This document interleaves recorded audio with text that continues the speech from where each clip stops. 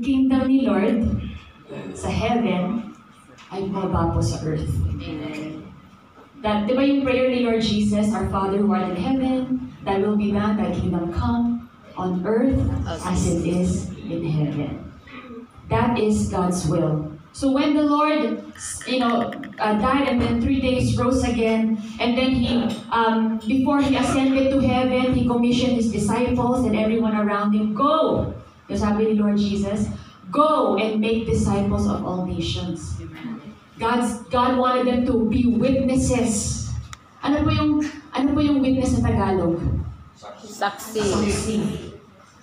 Diba po, when you are a witness, you saw something, then you say something. Amen. Right? And you were a witness. Why are you a witness? Because you saw your life change. Amen. Diba po? Kaya you will tell people about what you saw. You saw your friend's life change. You saw your family's life change. Kaya you will say it. Amen. To be a witness is not, when you think about sharing the gospel, the Lord loves you, sis. God gave His life for you. It's not just that. There's so much more. Kasi po, back then, nung nagkasala po si Adan at Eva, the very first sin, right? They fell. Yes. Anong nangyari? They gave the rule of the earth kay Satanas. Right? They gave him the rule over this earth. But you know what? Praise God, because when Jesus came back, He said, "Nah, Satan, that's mine." Amen. He defeated death, He defeated the grave, He defeated sin. Wow! Amen. Wow! Hallelujah! Yes. Sin has no power, death has no power. Amen. And now, kung dati yung ruler ng mundo ay si Satan, sino ngayon ang ruler ng mundo? Lord. So yung bagong king ay si? Jesus. Where's the confidence there? Yung bagong king ng mundo ay si? Jesus. Jesus. Hindi na po si Satan. Ang akala po ng maraming Kristiyano, si Satan pa rin. Sees yung mga rulers sa ere, si Satan pa rin. Look at the world, there's so much damage, there's so much Pero when Jesus came, siya na ang naging king of the world. Amen. And when you are a witness, pag sinabi ni Lord, be my witnesses, you are telling everyone, huy, may bago ng king. Yeah. Amen. Hindi na si Satan, guys. Si Lord na. Amen. That's what it means by being a witness. You are telling others that there is now a new system. There is now a new order in this world. It's not the old order anymore. The old order is lying, cheating, stealing, anxiety, depression. Yes. The new order is love, joy, peace, patience, kindness, joy. That's the new order. Whenever you were witnessing about the kingdom of God, witnessing about Jesus, you are telling the world that there is a new king now, man. Yeah. It's the Lord Jesus. Amen. So don't live like the old king is still the ruler. Yes. The reason why we are here, mga kapatid, the reason why po kung bakit na-transform ang buhay nyo, ay para masabi sa ibang tao na may bagong hari. Amen. Para yung kingdom ng hari na si Lord Jesus ay mag-rule dito sa mundo sa pamamagitan natin. Amen. So yung church po pala, it's not to keep us. It's to transform us, to build us up so we can go out and tell people, guys, there's a new king. Amen. He died for you 2,000 years ago. He loves you. Amen. And He can change your life. Amen. He can take you from darkness into His wonderful light. Amen. Praise God. Amen. But even after salvation, di ba po, even after we become saved, sometimes yung buhay po natin hindi nagiging witness sa ibang tao. Sometimes yung buhay po natin nagiging witness sa lumang kaharian. Amen. Yung buhay natin hindi nagsasabing may bagong king. Yung buhay natin minsan nagsasabing yung lumang king ang nagre-reign pa rin. When we get offended, Yes. when we lie, when we steal, when we cheat, when we think bad about our neighbor, that's still the old way, right?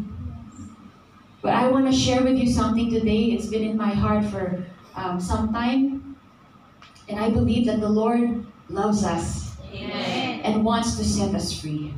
Because even after salvation, sabi ko nga po, many Christians still live the old way because there is some hindrance, there is some blockage kung bakit hindi pa sila namumuhay sa bagong order, sa bagong sistema.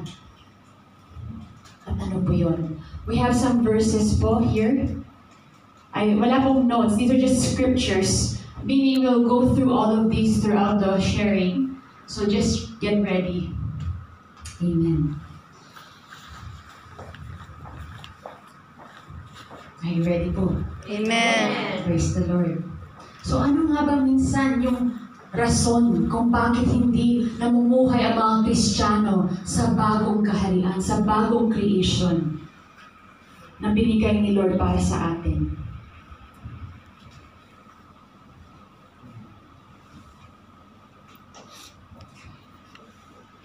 It's a very, it's a topic that we don't always like to talk about.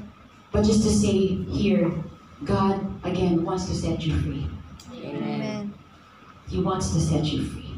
And that thing na naghihinder is the past. Yeah. Yes. Amen. The past, ang nakaraan. Let's go to Romans chapter 8.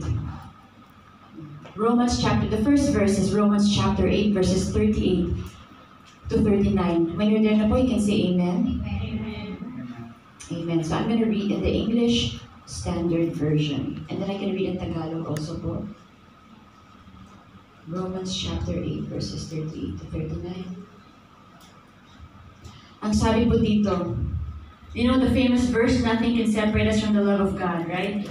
For I am sure that neither death nor life, nor angels nor rulers, nor things present, nor things to come, nor powers, nor height, nor depth, nor anything else in all creation will be able to separate us from the love of God in Christ Jesus our Lord.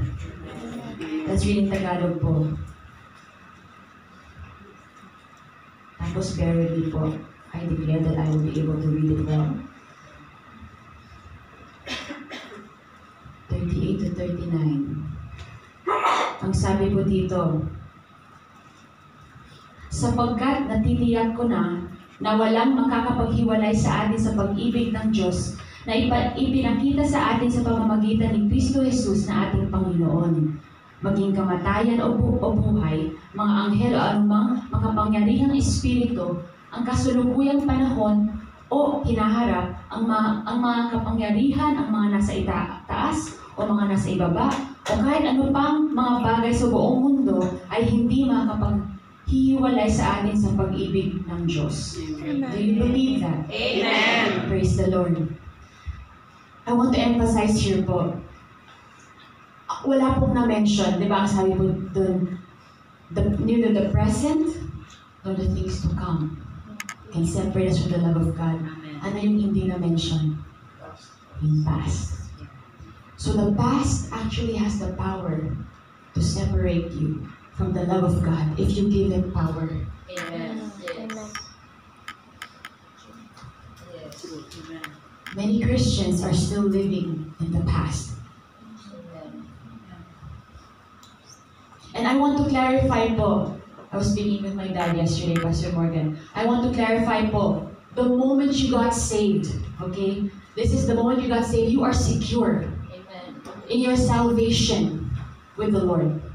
Secure. Totally nothing can snatch you out of the hand of the Father. Amen? Amen. But now that you're a Christian, sometimes you still live in the old you. And that is what is hindering you from living the life that God wants you to live. Amen. From being a witness.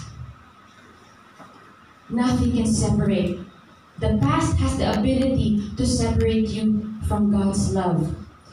The past is supposed to be gone. That's why the focus po ng verse is the present and the forward. We're never to look back. Anyone who ever looked back, what happened to them? Diba yung wife ni Lot, I don't know if you know that story. Yes. Diba, the Sodom and Gomorrah was already burning with fire.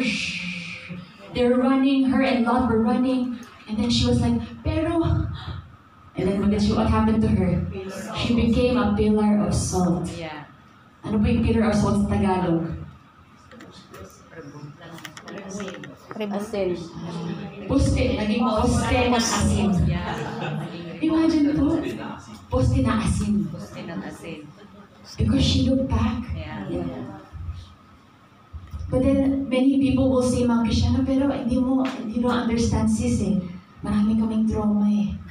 Marami kang memory sa buhay eh.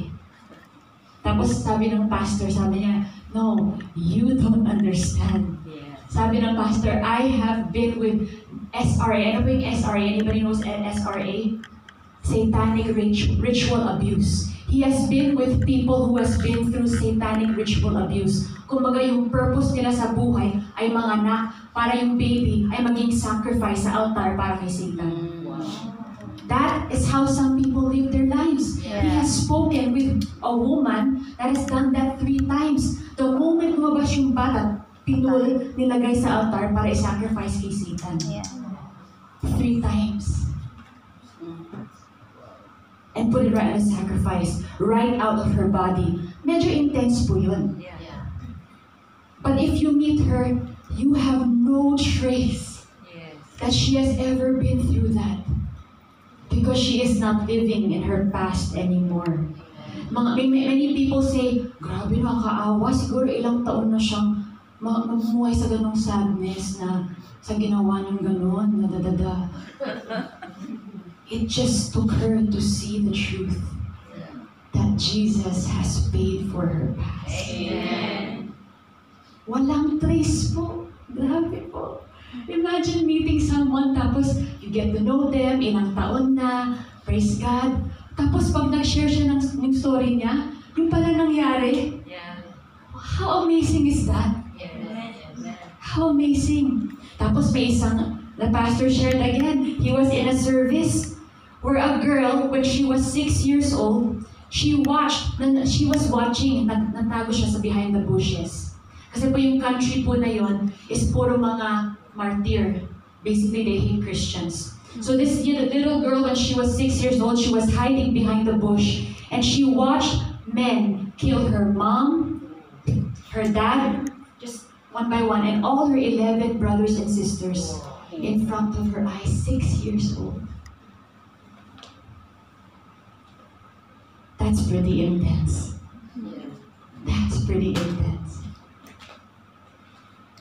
Pretty serious trauma. And in that service, somehow the Lord led her to the service. In her 20-year-old na siya, 20-something-year-old na siya. And she hates God. But somehow the Lord led her there. And this pastor is talking so intense about don't let your past hinder your being right with God. Don't let your past hinder or get in the way of loving God. And then while the pastor was preaching in his mind, baka masyadong insensitive ako yata. Lord, baka ma-hurt yung mga tao. Lord, sabi ni Lord, just go, do it, say it. The words just kept flowing and flowing. Sabi niya, if I knew that girl's story, hindi ako mag-preach ng ganito. Pero hindi niya alam eh. But he still felt medyo insensitive yata ako. But the Lord said, keep going. Keep going. And God is just letting the words flow. And then, out of nowhere, she starts breaking down in the middle of this congregation and crying and crying. And she had seizures. And she started vomiting and vomiting and vomiting. She started manifesting demons. Throwing up and throwing up. All over the chair, there was vomit. And they were not distracted. They just kept going. Amen. And then after the service, he had lunch with her. And she told him the whole story. He says, You know what? Sabi ng babae. Sabi niya, oh my gosh, sabi ng pastor, I'm so sorry. I feel like I was insensitive. Sabi niya, no. Sabi niya, when you were talking so intensely, suddenly I remembered, I always say 11 siblings died that day, 20 plus years ago. But actually 12 siblings died. Because I was living dead ever since. And I was hating the only person who could bring healing to me.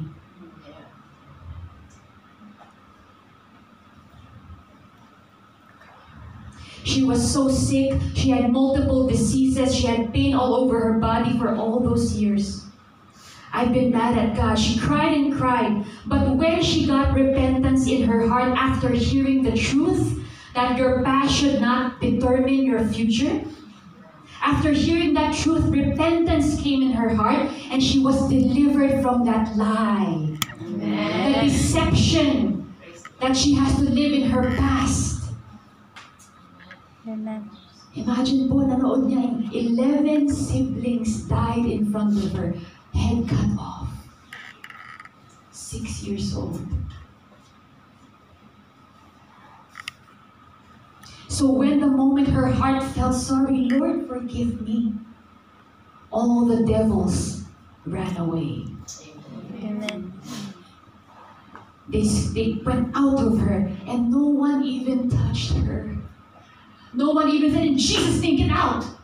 No one even said that. It was the truth that delivered her. Amen. Because the Lord says, you will know the truth, and the truth will set you free. Amen. Her heart changed when she heard the truth. When her heart changed, she became free. How many years do you think it will take to heal someone like that? Sa kanya, more than 10. But in the Lord, one snap. Just something clicked when she knew the truth.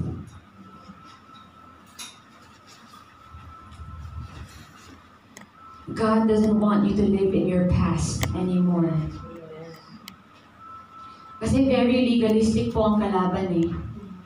Ginagamit niya po ang mga excuses natin, ng past natin, para lang ma-feel natin yung pain. He wants to keep you in your feelings instead of what you believe about the Word of God. Amen. So instead, yung mga people po na mag-grab po yung past, instead of strengthening what they believe sa word ni Lord, will just make you feel better na lang. Pero babalik niya ng memory eh. So instead of feeling better, mga kapatid, instead of making you feel better, I want you to see better. I want you to think better. Amen. Think the Word of God. Amen. Because that is the only way to freedom. Amen. Because if you focus on the problem non-stop, how can you be free?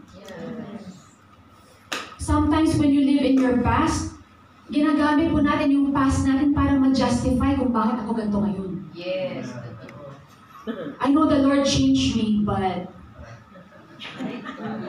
grabe yung ganawa na. Ay, kung alam nyo lang. Hindi nyo mapapatawad, alam ko. Kasi ako, nakaya ko eh. Eh grabe. Parang hindi pa na.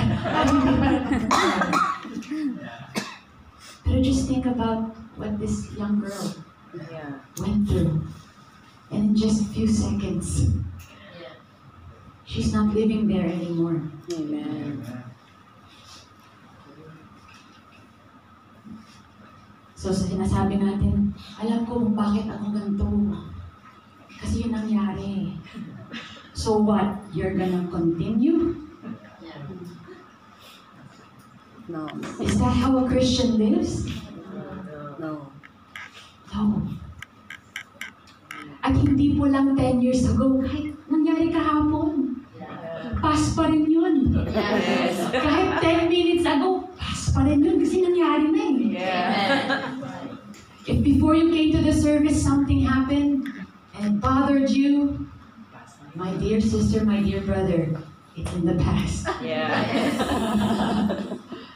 Amen. Amen. All things are new. Amen. Now and the present and the things to come. Amen. That's what you think about, not the past. Because you got saved, you became a new creature in Christ, all things are past, all things are new. How can you let a memory be greater than the finished work of Christ? How can you let what someone said 5 years ago, mas powerful yun kesa yung ginagawa ni Lord ngayon? How? Why? Why would you do that? Walang power. May isang story na yung nalaman niya na yung mommy niya, nireject siya nung habang ginigive birth, habang niluluwal, pinapanganak. Rejected na yung bata ever since. So nung nalaman ng lalaki, sabi niya, oh my gosh, I'm rejected. My mom doesn't want me. So he lived his life just like, I'm rejected. I can't believe it, I'm rejected. Come to find out, his mom was on drugs. His mom was stressed from all the things going on in her life. His mom was pressured by the father. His mom was going through so much. And so you're gonna let your mom, who was stressed under drugs, who was so pressured by her husband, to determine your life? How you live now, defeated, rejected? You're gonna let her be more powerful than Jesus? Is she more powerful than Jesus? Are her words more powerful than the words of Jesus? No. So why are you living like that? Why are you letting someone who was under stress and said something bad and offended you, why are you letting that become more powerful than the word of God that says, you are a new creation? Amen. We let words get to us sometimes. We let words become too powerful sometimes. Tigtitad ko to! I have to protect my reputation. Parang teleserye lang to. Drama, Filipino drama. No. You're a new creation. Now this child is marked 20 years in life, rejected pa rin yung feeling niya. What? Kristiyano? No. That's not how God wants us to live, mga kapatid. Amen. What was said in the past. That has no more power. Amen. There's another story. Alam mo yung mga soldiers, di ba, Vietnam veteran, na draft ng mga teenager yung lalaki, tapos na-send sa Vietnam. Then, there's this thing called trauma. May PTSD, post-traumatic stress disorder, PTSD. Meaning, when they come home from war, they live as if they are in the war. Normal sila, normal. Ay, hello. Tapos biglang, bagay! Agad-agad, parang may nangyayari sa labas ng gera. Yung katawan nila sobrang nasanay. Na to the point, no one wants to be with him anymore. Kasi nakakatakot. Imagine nag-fishing sila ng friend nila. Nag-fishing, tapos may parang bushes na gumanon. Parang they were trying to hide under the bush. Tapos nung nakita ng guy, pinush niya yung friend. So, down! Get down!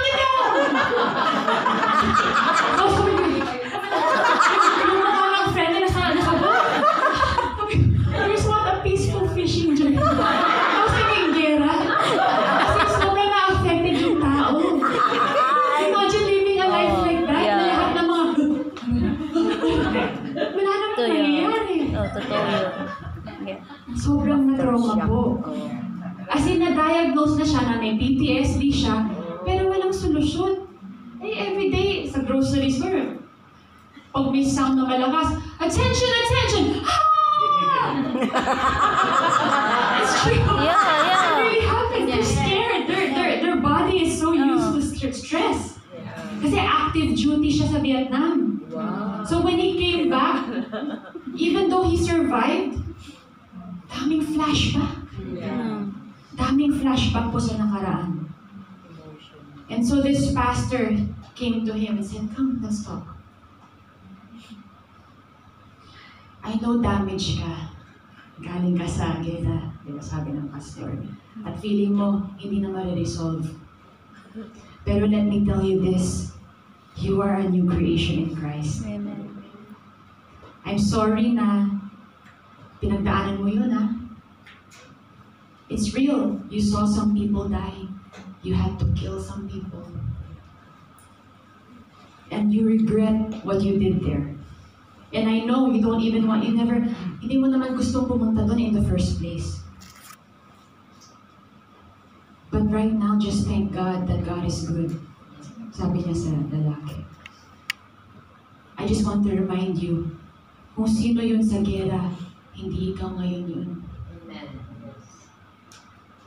That's why you're here now, because you want healing. Amen. Tapos sabi ng pastor, don't you see? And the moment he said, don't you see? The Vietnam soldier was like, he realized, oo nga, bago na ako. Amen. Bakit pa ako nalilive sa past?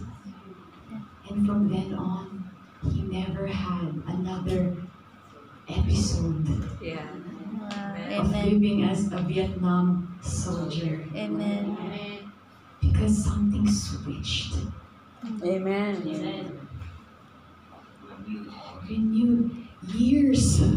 He was living as if he was in Vietnam, in the war. But after seeing the truth, hearing the truth and realizing and believing it, completely changed his life. Amen. When he released himself, he forgave himself, he received the love of God, he realized that he has a whole life in front of him to live. And that the enemy was robbing him of today. Because if you live in the past, tomorrow will always be yesterday. Amen. Do you want to live tomorrow like it's yesterday? No. When tomorrow should always be a new day in Christ. Yes. Tomorrow is a new day in Christ. Today is a new day in Christ. Lahat po ng mga scripture, maraming scripture. Don't look at the past. Forget what lies behind. But that's where all Christians focus. Is the past.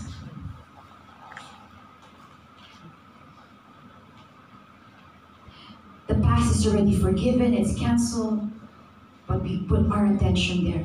You cannot bring God's kingdom pag yung focus natin ay laging past. The truth, the thing is, we are so focused on the past that we don't have faith for today. You have faith in the past. But God wants you to have faith in His Word for today. Some Christians nga are saying, parang hindi sapat yung dugo ni Lord. Kailangan pa ng mas maraming methods. Mas maraming paraan para ma-overcome natin yung problema. Pero it's only the gospel. It's only the good news. To the point na we're so focused on the past na when the good news comes, hindi good sa'yo. Kahit gaano ka-good yung news, pag sobrang focus po tayo sa nakaraan. Hindi good. Ayun lang. Ay, mahal ako ni Lord. Oh, that's nice.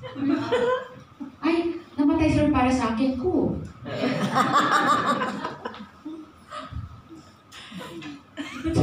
God's love is good news. Amen. The fact that God loves you, Amen. the God of the universe. Yes. What? He gave His life for you, and you're still living in the the canceled past? No. No. Because faith separates you from what you feel. Diba? But when you feel something na I feel, oh, I don't like this feeling. But God says, you're healed. Amen. So even if you feel Yeah. something not good, but because the Word of God says you're healed, you have faith in that Word, the healing will come. And sometimes people say, maganda sana kung wala na kayong memory totally eh. Yung memory ng bad things. Pero the memory will stay. Yeah. The question is, will you let the memory have power? Yeah.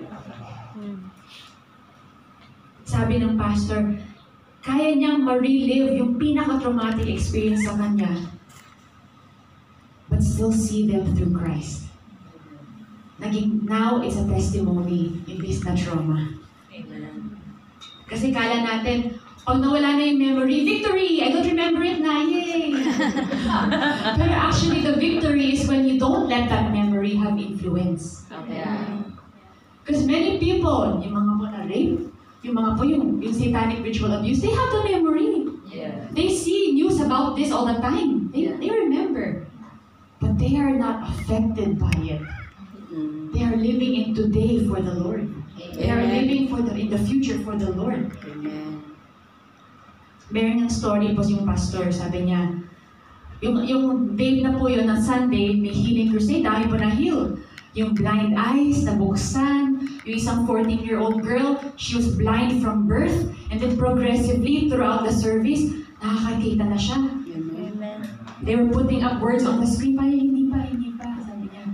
Tapos later on, 1 hour later, kitang-kita niya clearly.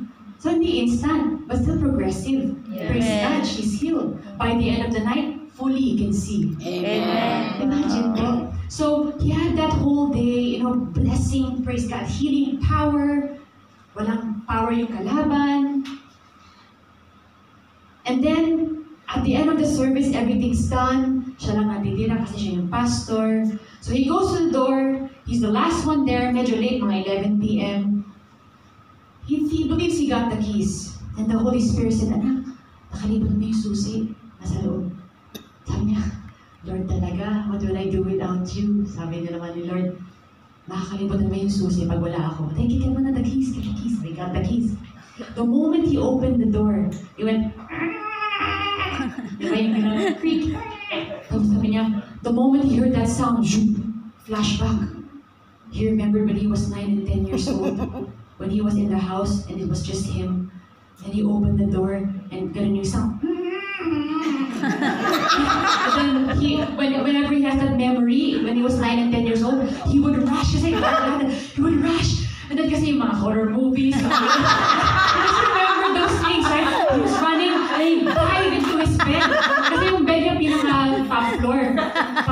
So he was rushing up to his bed and then he dived into the bed. He hid under the covers. Buhay pa ba ako? Buhay pa ba ako? So that was 9 and 10 years old. Right? But the moment he opened the door, 42 years old, the memories started to come in. He's like,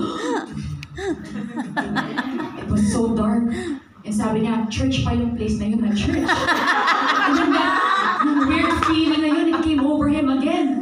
And then I was like, oh my gosh. And then sabi niya, okay, wait. There was a lot of things going on in his mind. Sabi niya, wait, I just saw blind eyes open. Hell was defeated. Why do I feel fear now? Yeah. Tapos sabi niya, no, I cannot. He walked in, tapos may temptation to open the door, turn on the light. No, sabi niya, no, I'm not gonna turn on the light. Hallelujah, thank you, Jesus. The blood has covered me, the blood is with me. Tapos Perry still felt that fear, like, ooh, dark. Hallelujah, the blood is over me, thank you, Jesus. And he got the keys. He didn't run. Because he would he got the keys. Hallelujah, you're with me, Lord. There's nothing to fear, nothing to fear. And then he looked back and he saw 2 shadow figures. Kasi, at one, actually when you feel that thing, that fear, it's actually just a memory, right? Yeah. But so for some people naman, it's like evil spirits trying to convince you that I'm real. Yeah. So, for him, it's both parang naging memory tapos naging influence na. So he was like, hallelujah, like, he was pulling the keys. And then he got out and then he saw the figures. And for wala pang 1 second na wala, gone. And then he said, he was rethinking the story. Sabi niya, he hasn't had that fear in a long time. And then sabi ni Lord Jesus, sabi niya, wait, sabi ko dito. the... Sorry. Oh yeah, then sabi ni Lord Jesus, see, they're trying to get in. Yeah. Yes. Ay, hindi na ako matatakot ngayon. Don't ever let them in. Yes, amen. Don't let that feeling or memory or flashback become you. Yeah. True. Amen. Amen. God is moving powerfully, tapos yung door na, and now I'm a little boy again. I'm scared again. Grabe po, sabi niya, I haven't had that fear in a long time. I can't believe it's there, sabi niya. And sometimes we relate to the feeling and the experience until it becomes us. Yeah. It becomes our identity. And now I'm living scared. Yeah. And now nagiging problema sa mind natin. Now, ay, may fear pa rin ako, hindi pa yata ako na-heal. That little boy is still not healed. Imagine if he let them in, it would bring more confusion to his life. Yeah. Yeah. But sabi nga ni Lord sa kanya, don't ever let them in. And from then on, zero fear. Amen. No more fear of anything. Amen. So, I believe po, as we said, that we live by faith and not by sight. And we are fighting the good fight of? Faith. Faith. Amen. We are not fighting people. Yeah. Amen. We are fighting the good fight of faith. What does it mean to fight the good fight of faith? It means that you are, even in the midst of problems, you are still fighting to believe in the Amen. Word of God. Amen. That's what it means. That's genuine faith. Yeah. That no matter what happens, mga kapatid, you are still believing. Amen. Don't fight the enemy na hindi naman sabi ni Lord, i-fight mo. Yeah. The fight is the fight of faith. Amen. Kaya yung armor of God, helmet of salvation, it's not to bato the enemy. Yeah. It's to wear it, to protect your mind. Amen. The shield of faith. Yeah. It's not to go, Yes. it's to protect you Yes. from the fiery darts of the enemy. Kaya ang fight of faith, fight the good fight of faith. My biggest fight is to continue to believe even when I am in the middle of a situation. We should be rejoicing. Amen. So ano po yung tool na binigay ni Lord para sa atin para ma-overcome lahat ng mga bad memories? It's faith. Faith in His Word. Let's go to Philippians chapter 3, verse 9 to 15.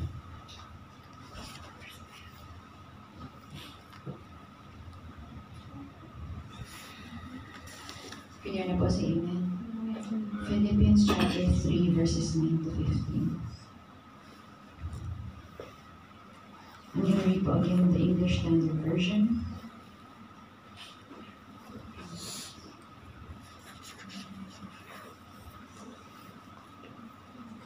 Philippians chapter 3. I'm going to read now. It says, "And be found in Him, not having a righteousness of my own that comes from the law, but that which comes through faith in Christ, the righteousness from God that depends on faith." Verse 10, "That I may know Him and the power of His resurrection, and may share His sufferings, becoming like Him in His death, that by any means possible I may attain the resurrection from the dead."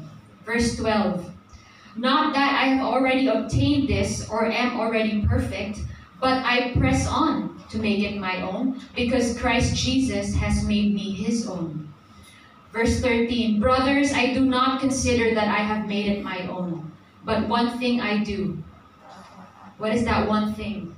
"Forgetting what lies behind and straining forward to what lies ahead. I press on toward the goal for the prize of the upward call of God in Christ Jesus. Let those of us," 15, "let those of us who are mature think this way, and if anything, in anything you think otherwise, God will reveal that also to you." So sabi ni Paul, one thing. "But this one thing I do, forgetting what lies behind." One thing, not two, not three, one thing. Because he knows what is behind can stop him. And then let's go po to 2 Corinthians chapter 5 verse 17. I'm sure you know this verse po. 2 Corinthians chapter 5 verse 17. If you're there na po, say amen. Praise the Lord. Therefore, if anyone is in Christ. he is a what? New creation. The old has what? God. Behold what? The new has come. Amen. If anyone is in Christ, he is a new creation. If we just let that truth sink in, amen. The old has passed away. Behold, the new has come. Behold, the new King is now reigning. Amen. Hallelujah. Jesus is our model of faith because it is impossible to please God without faith. I praise God that we are free from offense, that we are free from the highs and lows, from the ups and downs. And you're like, sis, talagang may mga ups and downs sa buhay, may mga highs and lows sa buhay naman talaga. Talaga sa buhay. It's true, pero hindi ikaw kailangan mag-high and low. Hindi, kayo mismo, hindi kayo kailangan mag-high and low rin. Yung buhay high and low, low and high. Ups and downs, totoo po yun. Pero kayo mismo, hindi kailangan. Amen. Kasi stable kayo kay Lord. Amen. Di ba po? Ang saya pa pag stable. Kasama natin si Lord. Amen. Just knowing Jesus and living by faith. We don't have to go through the ups and downs. We will go through, but we will not be up and down and high and low. Yes. Amen. Satan wants man to live in fear, in regret, in anxiety, in condemnation para makareign siya sa mga kaisipan natin, sa mga emosyon natin. Yeah. Amen. Kung hindi kayang talunin ni kalaban si Lord, because He's already defeated, amen? Amen. He will use us. Yeah. Yeah. He will use our mind, our emotions, to get back at God. See, ang pangit-pangit ng na-create mo. See, kamukha ko sila. That's what the enemy wants. To hurt God by making us like Him. Yeah. Like Satan. Yes. Imagine the Lord made us in His likeness, in His image, in His likeness. But the enemy doesn't want that. This pastor that shared this, sabi niya, when he was 4 years old, he was touched wrongly. His mom was always sick. His dad was an alcoholic. But sabi niya, I'm not that young boy anymore. Sabi niya, I'm not that young man who has a sick, dying mother. I'm not a scared boy anymore because my dad was drunk and I'm scared that he will mistreat me. I'm not a 4-year-old boy anymore that was touched wrong. I am now 62 and Christ is living in me. Yes. Woo! And I am having the time of my life. He's not that man anymore. And his testimony, he's had a, hindi lang, even after he got saved, grabe rin yung pinagdaanan. His wife was in a mental state for 8 years, mental weirdness for 8 years. And though he knows the power of God, he still loved her. Amen. 8 years. Marami na nagsasabi ng mga members sa church na, grabe naman, siguro iwanan niya yan, yung asawa niya.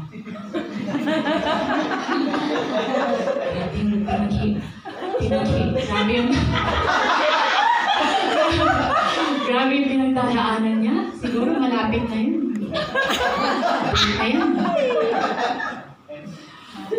Imagine. Pero because he is not living in that situation, Yeah. he is living knowing Christ. He is living loving his wife. Amen. So, anumang sinasabi ng wife niya sa kanya na hurtful, okay lang sa kanya. Hindi dumidikit. Kasi si Lord ang namumuhay sa kanya. Amen. Praise God. Tapos, inaalaw natin minsan yung experience natin ang maging buhay natin. But sabi ng mga tao na, kasi bro, alam mo, yung mga experience namin, medyo hindi match minsan sa sinasabi ni Lord eh. Kaya, so basically, mas mataas yung experience mo sa word ni Lord. Oh! Whatever you experience, mga kapatid, ang word pa rin ni Lord. Amen. Ang sovereign sa buhay natin kung hayaan natin. Yes. Kung mag-live tayo sa word ni Lord. Amen. Many people say again, it's impossible to live like Jesus. It's not right. Because Jesus lives in you, so you can live like Jesus. Amen. It's very, very possible. Your past does not belong to you. Amen. Your past no longer belongs to you. Sabi niya, I still have the memories, but they have no more power. So every time you find, sabi niya, I never find my identity in what I have gone through. I find myself through what Jesus went through. And that's where I find me. Let's go to the last verse, Hebrews chapter 12, verses 1 to 3. Hebrews chapter 12, verses 1 to 3. Amen. You're there na po.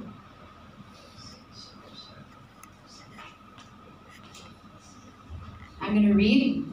Therefore, since we are surrounded by so great a cloud of witnesses, let us also lay aside every weight and sin which clings so closely, and let us run with endurance the race that is set before us. Looking to who? Jesus. The founder and perfecter of our faith, who, for the joy that was set before him, endured the cross, despising the shame, and is seated at the right hand of the throne of God. Verse 3, what does it say? Consider him who endured from sinners such hostility against himself, so that you may not grow weary or faint-hearted. Who here is weary? Who here is faint-hearted?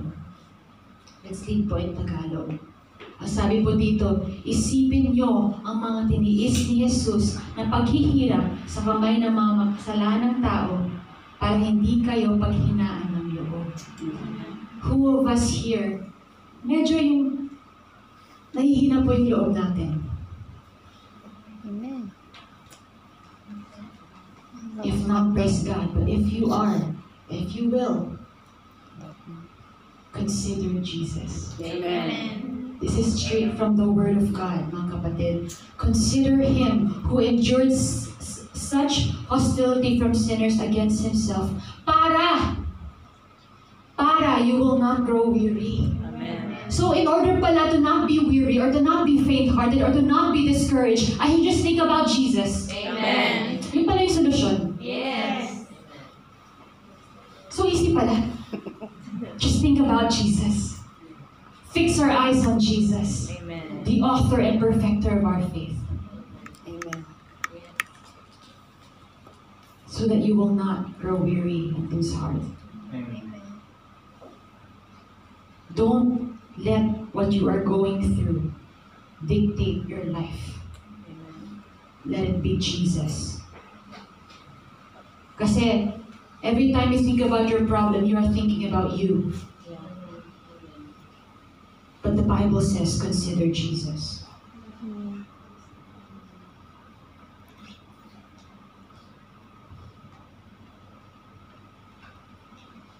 Then some people will say, ito last few minutes pa na po to. Some people will say, pero sis, hindi ba parang in denial ka? Sa mga nangyayari sa paligid, the problems. Sis, kasi you have to face reality eh. I'm sorry, but my reality is Jesus. Amen. That's my reality. That's who is real to me, is Jesus. Amen. My problem may be here, but Jesus is more real Amen. than the problem. And I want to say, what does it look like kaya pag lahat ng binayaran ni Lord ay mangyari sa buhay ko, ano kaya ang itsura nun?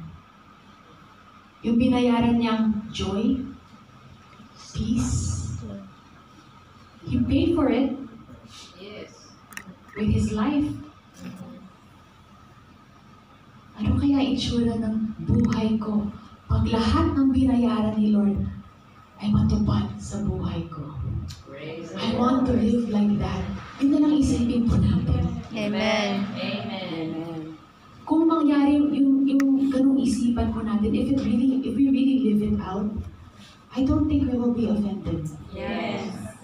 I don't think problems will be big anymore. I think God will always be big. Amen. Kaya forget what lies behind. Amen. Put yourself in the position to grow up in Christ. Amen. Every time you're offended, mga kapatid, every time you think about what someone did to you, you are putting yourself away from that position of growing up, of Yes. maturing.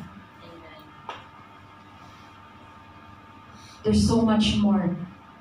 But this pastor was saying, God, don't let me miss one drop of grace that you paid for.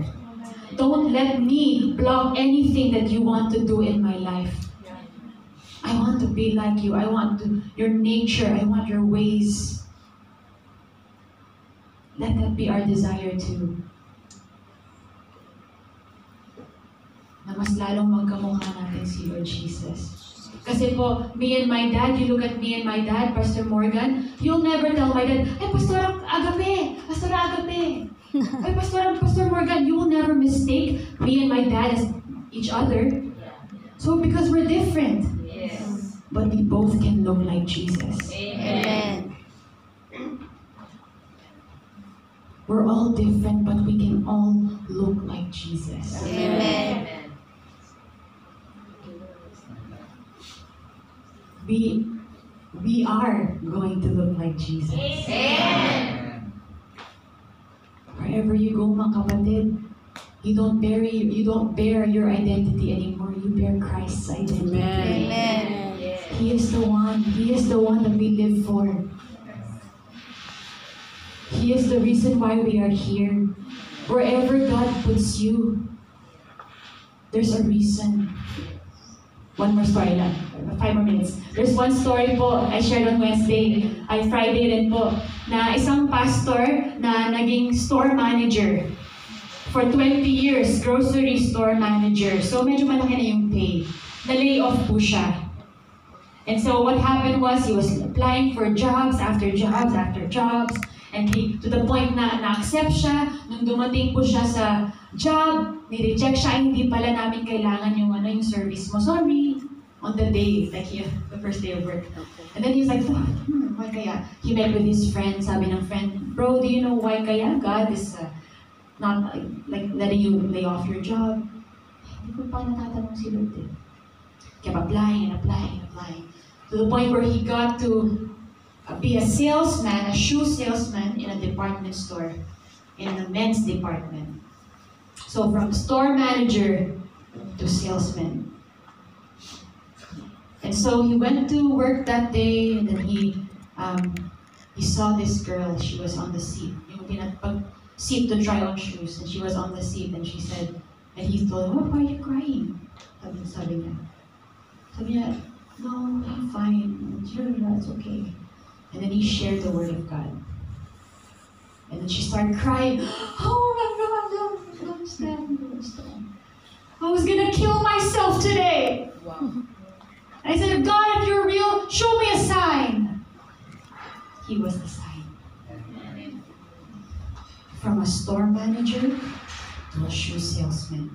Sabi niya sa friend niya, I know why God brought me down here. Yes. God brought me that far for this lady who was gonna kill herself. So it's not about where you are. Amen. It's not about your position. It's about where God put you. Amen. So don't question where God put you. Because God can do something. Amen. You are like Jesus, mga kapatid. This is the whole goal, purpose of the church is to form Jesus in you so that the world will see Jesus. So the world will see there is a new king. Amen.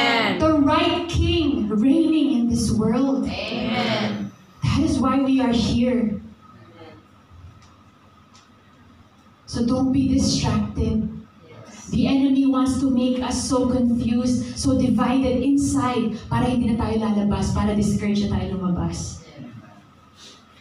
But no, you are like Jesus. Jesus, a Christian means little Christ-like one.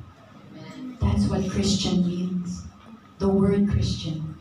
So when we call each other Christians, we are little Christ-like ones. Christ-like. Because we follow the great one, Jesus Christ. Amen. Amen. So don't let your past determine your future. Amen. The past is gone. Amen. Let's pray. Lord, thank you so much for the truth. Thank you, Lord, that your truth trumps everything, Lord God. Amen. Thank you, Lord, that your truth is powerful to set us free. Amen.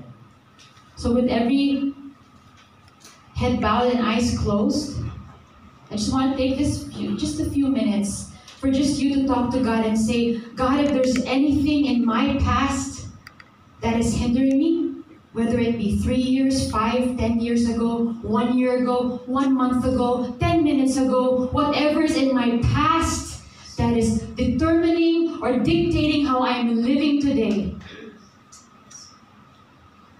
I release it now. In Jesus' name. Amen. Because I want to live fully for you, Jesus. Amen. Make that your desire, mga kapatid. To live fully for Jesus and not let who, what, when, anything in the past fix or determine your future. Do not live tomorrow in yesterday, Amen. but live for Jesus today. Amen. Live like Jesus today. Live through Jesus today. Amen. And let Jesus live in you and through you. In Jesus' name. Lord, thank you that your truth sets us free. Amen. Thank you that we can live in total freedom, Lord God, from the lies of the enemy, Jesus. And Lord, I declare for all my brothers and sisters that the moment anything tries to creep into our minds of the past, we will know what to do. We will just declare who we are in you, that we are a new creation, that the old has gone and the new has come. In Christ Jesus, we give you thanks and praise, Lord. In Jesus' name we pray. Amen.